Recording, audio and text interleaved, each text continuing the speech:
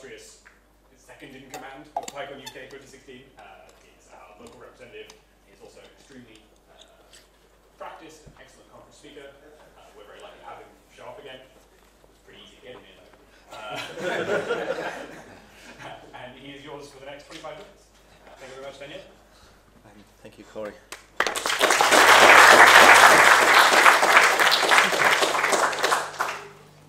Ooh, we've got a new humming.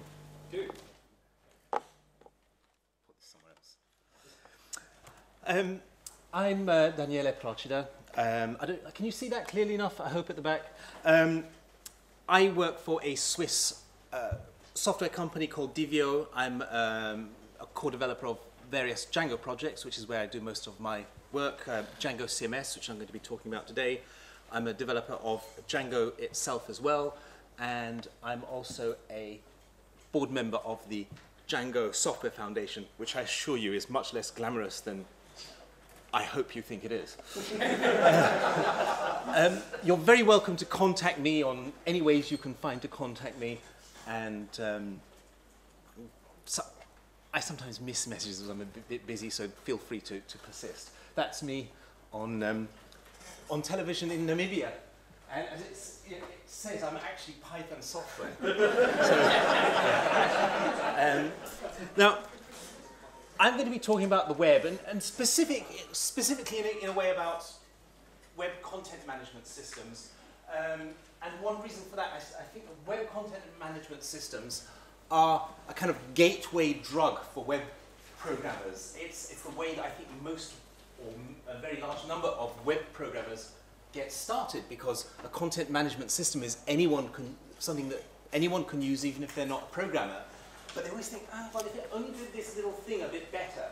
And that's the way they get in very often to becoming a programmer who starts to become somebody responsible for the system itself and not just a user for it. But what I'm talking about applies not just to content management systems. So I'm going to talk about a number of deployments over the last 10 years and a lesson from them. And deployment number one, Website Baker. In 2006, I created and deployed my last PHP website. It was built using something called Website Baker, which was a neat little open source content management system that seemed to have been created by an Australian child genius. And I chose it because it had a nice name, and the child genius and the people on the Website Baker forums seemed very friendly to me.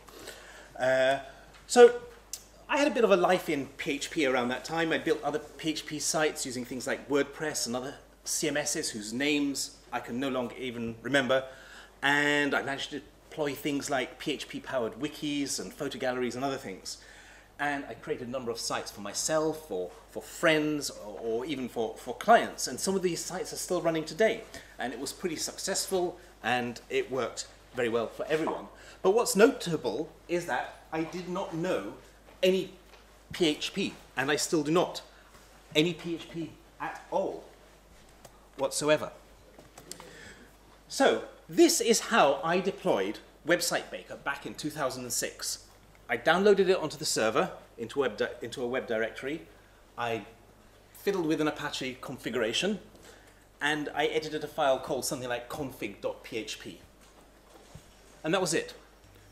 And that seemed to be the way that WordPress also worked, and just about any other thing that I use, all the PHP things. And this was great, because it made me empowered. It was empowering. It made me productive. Thanks to PHP, I was able to create websites in better ways than by hand coding HTML and CSS. And in case you hadn't realized, being able to create websites nowadays is quite a good path to employment, success, and happiness, and all those things. And I did not need to know any PHP at all whatsoever. It simply wasn't necessary. Oh, I should say, that's how my girlfriend sees me, by the way. I had a different idea, but anyway. So, thank you, PHP. I never did learn any PHP, but many thousands of people had the same starting point that I did. And they became programmers thanks to PHP. They took this, it was, WordPress or something was their gateway drug to becoming a programmer. And many more, like me, actually never did become PHP programmers, but still benefited because they were using and benefiting from PHP-powered packages and websites that were so easy that even I could install them. And a couple of years after that, I discovered Django. Django is a Python-powered web application framework. And actually, through Django, I discovered Python. I discovered Django first. This was when I was working at Cardiff University School of Medicine, where I was the web team. And we needed a better CMS than the one Cardiff University had paid, apparently, £2 million for. And we thought that we could create it in Django, even though I didn't know any programming at all. I chose Django because it had a nice name and I liked the color of the website. In fact, we decided to work with something called Django CMS, which was a promising new web CMS with friendly Swiss developers. I'm still working on it. We released a new version just today, version 3.4, so we were quite excited about that. And I remember one day there were scenes of excitement, applause, and cheering in our office, because that was the day we first got a Django project up and running. People came running into our office from down the corridor to see what was happening. And we were shouting and cheering because it had taken us a couple of solid days to get there. And I'm not talking now about a deployment, I'm talking about getting up the Django run server. That's how long it took us to do that. I, not knowing anything whatsoever about programming, and my colleagues who were programmers but not Python programmers. So this was a milestone, but all we'd done was that. This is the first thing you do in the Django tutorial, by the way. It wasn't a deployment. So it's a good thing that I really like the color of the Django website, because otherwise I would have written a completely different 52-page report to the management recommending Django as the framework of choice for our project. But we persevered, and by the autumn of 2009, we deployed Django for real, a real production website. And in that time, I'd also become a Python Django programmer.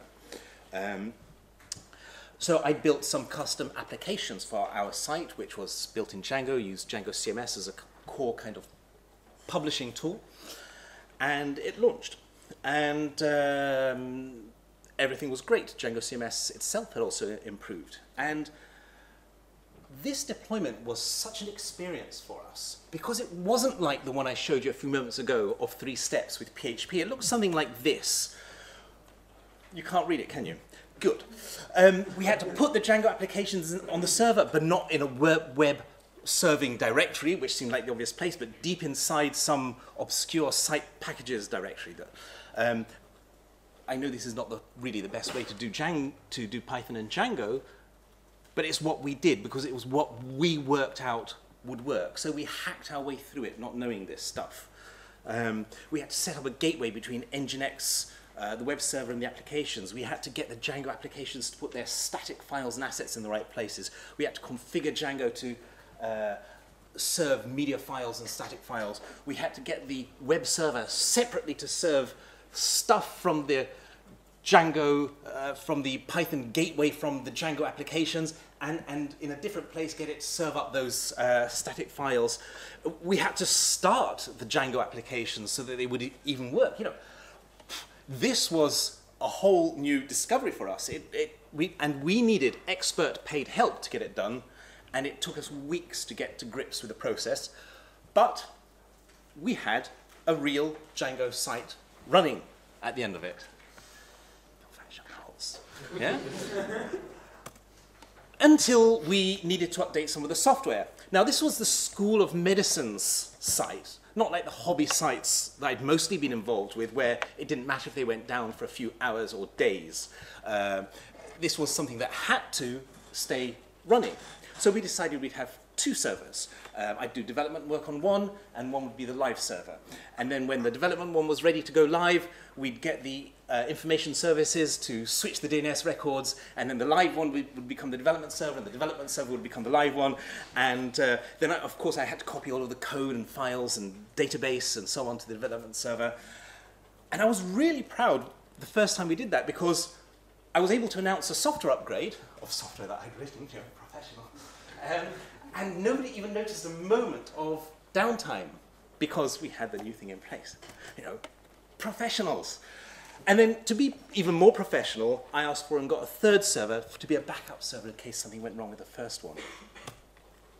But after a while, things got a little bit trickier. I discovered, working with Python, that sometimes upgrading or changing one component, such as a version of Django, meant changing other bits of software. And sometimes there would be some long, complicated chain of required changes that needed to be made as I explored something, and then backing out would be like trying to find your way out of a labyrinth with a piece of thread, or like Hansel and Gretel out of the forest where the birds have eaten all the crumbs they've dropped. And when that happened, I had a big untidy old mess and couldn't get things working again, and I just wiped the entire server and started again by installing Linux on it from scratch, installing everything. I did this literally dozens of times. I got quite good at juggling spare servers and installing stuff on them. You know, I had my checklist. But it wasn't very efficient, obviously. And nobody who knows anything about deploying Python or Django to the web would dream of doing something like this. But at the time, now there's a lot of Python and Django here in Cardiff University. Back then, 6 or 7 years ago, whenever I tried to talk to somebody about it, they said, well, we don't support your Django. So we were on our own, and we not only on our own, but by rejecting the £2 million or whatever it was, CMS that Cardiff University had wanted us to use, we had, I won't say lost a lot of friends, because I don't think they were really our friends to begin with. But I think, okay, we made a lot of enemies.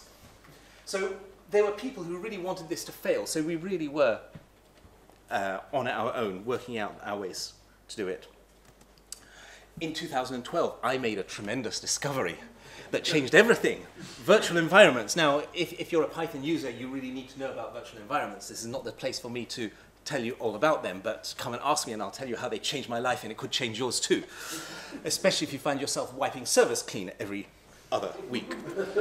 I discovered something called virtual env, and it meant I no longer had to reinstall entire servers just because I got my Python packages in a model. Now I could have multiple Python environments, different setups on the same server. I could do all of my work on just one development server. Better still, I discovered I had a way that I could more easily replicate my setups between one server and another. So, you know, my life improved. That's absolutely true. And I got to spend more time being a rather poor programmer and needed to spend less time being a really appalling system administrator. This was another step forward. Eventually, thanks to virtual env, the encouragement and support of dozens of infinitely patient people on IRC channels, and a kind of inability to accept failure as a message from the universe that I should be doing something else, I succeeded something that had been completely elusive until then, and that was developing Python locally, as in on my own computer, rather than directly on the Linux servers that we were working with. Now, you might find this odd, but it's true, and it took me years to work out how to use my own computer system satisfactorily for developing Python and Django. To work on a PHP site, to set up, to develop its HTML templates and so on, so easy. You just drop the stuff in, whether you're on your Mac or your server, it just works. Making Python and Django work on my Macintoshes turned out to be an awful nightmare. This was in the days before Homebrew. That's another thing that's got better and helped us. Making things work in the same way on a Mac and on the server, that was another problem. But eventually I got there, and another milestone was when I was able to deploy a project that had been developed entirely locally. This is a proper grown-up thing to do. I expect that's probably what you do, not the way that we were doing it. And so we did more and more grown-up things, like having proper setup files for the project, and having projects versioned in Git, and only pushing database passwords to GitHub a few times. So all of this makes development and deployment easier. But still, even if you start doing the right things, you still need to find a good place to put these things that you're doing right. If you read the Django IRC channel, you'll be familiar with this question. People just ask it over and over again. It's, especially a few years ago, it was not that easy to find a good hosting service for Django. When I started looking back in 2011, there weren't many. I chose DjangoEurope.com because it had Django in the name, and I liked the color of the website. And they were friendly and answered my questions patiently, and I still use them for my own sites, and actually they haven't got sick of my questions on their support channel yet either. So that was the first kind of real grown-up deployment where I did things in a recognizably correct manner, and deployment's getting easier and more reliable. But let's not congratulate ourselves, because we are still nowhere near the PHP experience. Here's something a bit more impressive. A couple of weeks ago, I needed to move some sites off my own personal virtual private server, a Linux server that I had for years and years. And one of the very last things that I put on it was that website Baker I mentioned a few slides ago. Now, of course, it turned out the website Baker had continued developing in my absence. The new logo's not as good as the old one, and the Australian child genius has grown up, but the forums still seem friendly. But I didn't want to install the new version. I just wanted to transfer the site. So this is what I did. I copied the files and the database from the old server to the new one. I pointed the Nginx web server configuration at the directory, and that was it. That was the only thing I needed to do. And by the way, I did it on DjangoEurope.com because they can, of course, everybody supports PHP, unlike supporting Python and Django.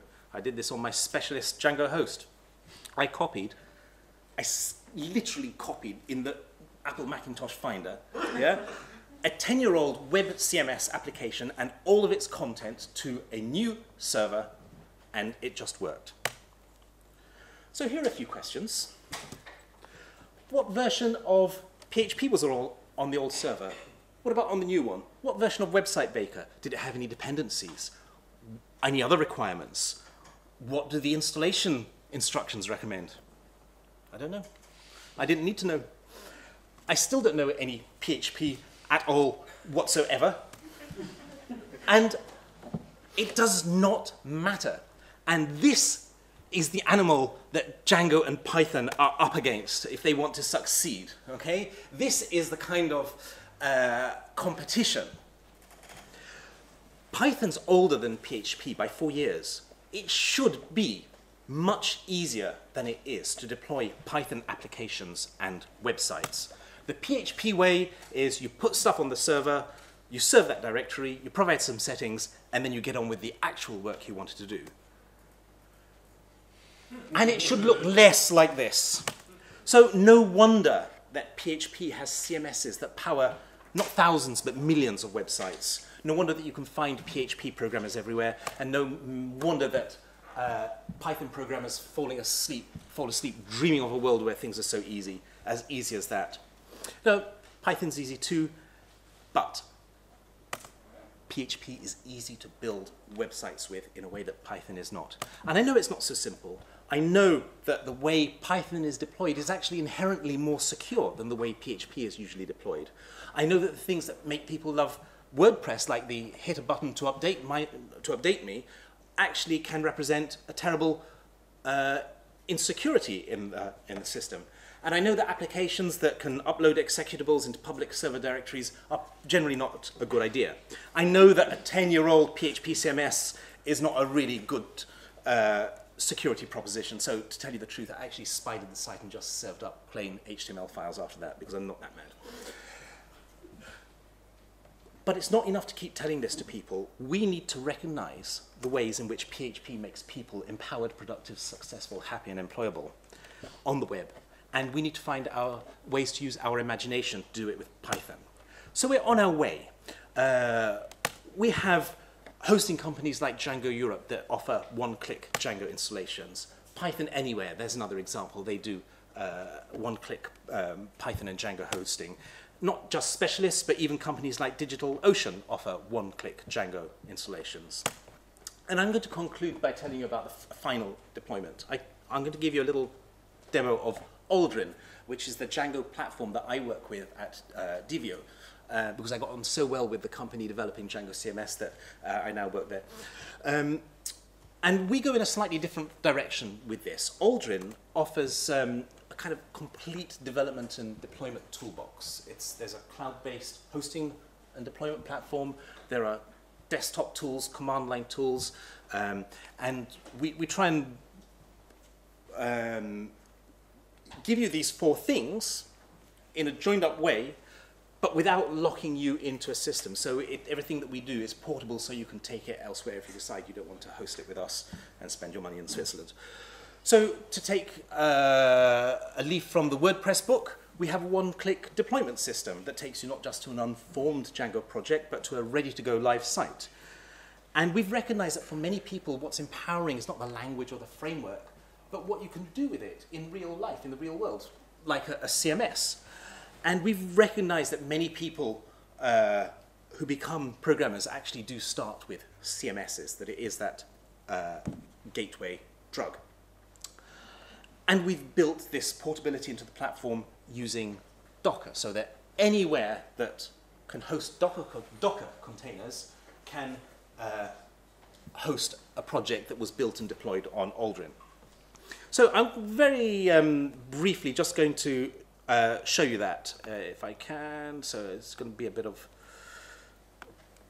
I have to mess about here. Okay, so this is the Aldrin call control panel. So you just want to create a new project. Let's create a new Django project, okay?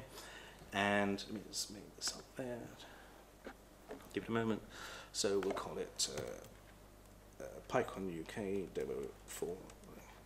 And we're going to host it there or in the USA. We'll choose it Python 3.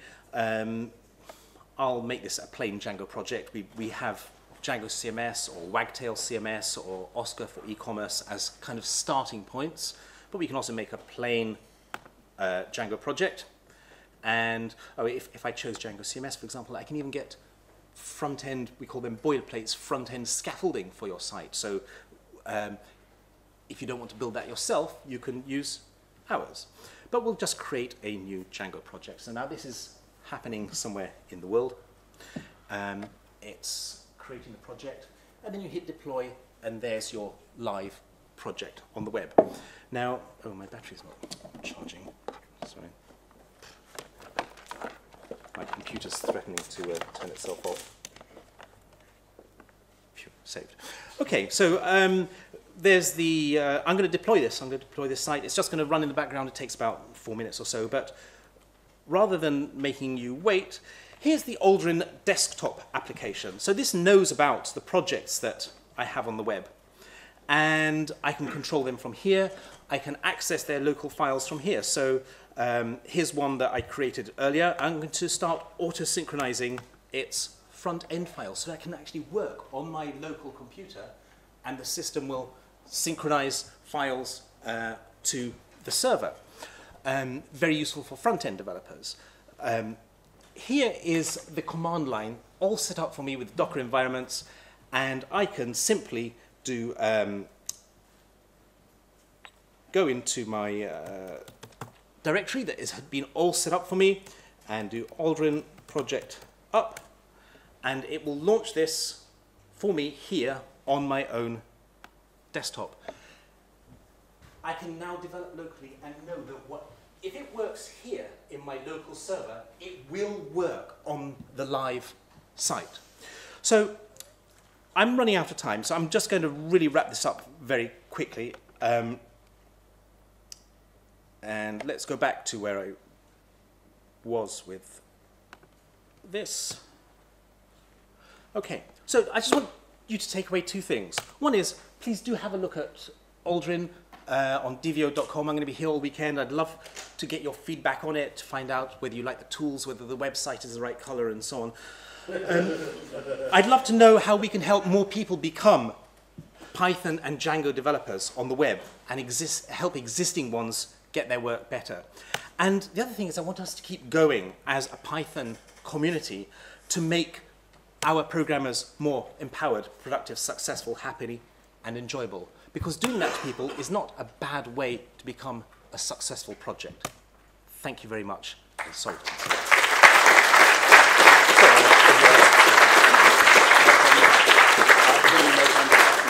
Okay, that's fine. Okay, we don't have time for questions, but please do come and talk to me about Aldrin or Django or PHP. I'm really happy to get some feedback from people about how they're using Django and Python on the web and the struggles that they're running up against. Thank you. Say thank you to Daniele. Thank you as always. Are you all mic free? Yeah, let's get this over.